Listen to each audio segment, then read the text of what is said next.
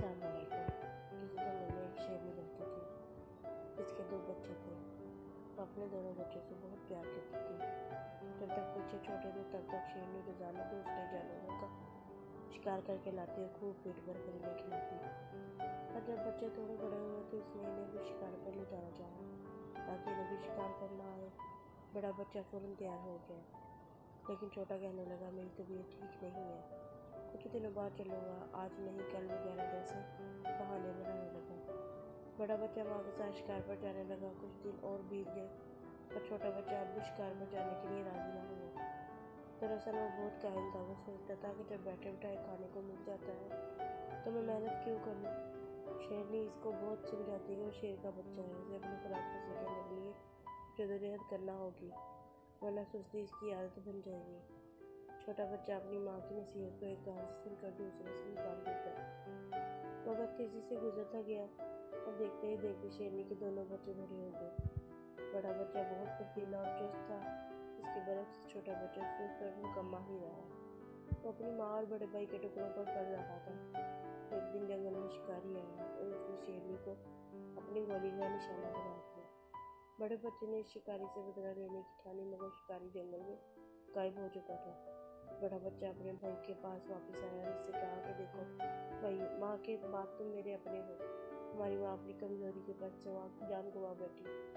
मैं डरता हूँ कि तुम्हारे साथ की सुस्ती और कहानी तुम्हें नुकसान न पहुँचा दे, इसलिए अब तुम सुस्ती छोड़ो और मेरे साथ शिकार पर जाया करो। ये सुनकर छोटा शेर गुस्से से भड़क उठा और भाग कर बोला, तुम मुझसे हसद करते हो, मेरी परवाह मत करो, मुझे खुदा ने पैदा किया है, वही मेरी हिफाजत करेगा, वही मुझे रिस्क देगा।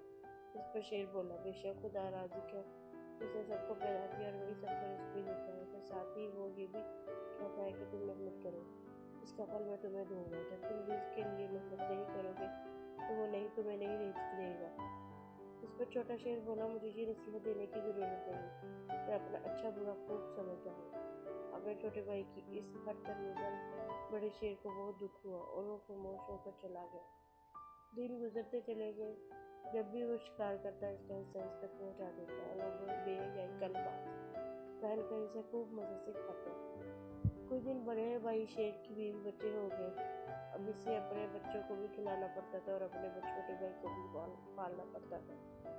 चनाचा कभी कभी इसके नन्हे मुन्ने बच्चे भूखे रह जाते। बच्चों को भूख से तड़पता देखकर रफ्ता रफ्ता बड़े शेर ने अपने छोटे भाई की बुरी आदतों से तंग आकर इसको इसके हाल पर छोड़ दिया। अब छोटा शेर भूखा रहने लगा।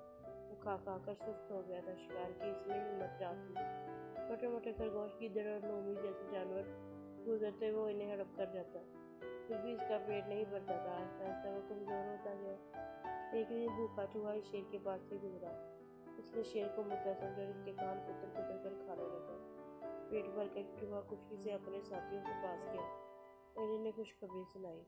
वो सब भी नारे लगाते इस पर चढ़ गए और मन चाहे हिस्से से गोश्त नोच नोच कर खाने लगे। इस तरह ये कमजोरी और छोटी सी जंगल की मखलूक जंगल के बादशाह को इंजाम तक ले गई। नतीजा, काहिल का हशर हमेशा बुरा होता है।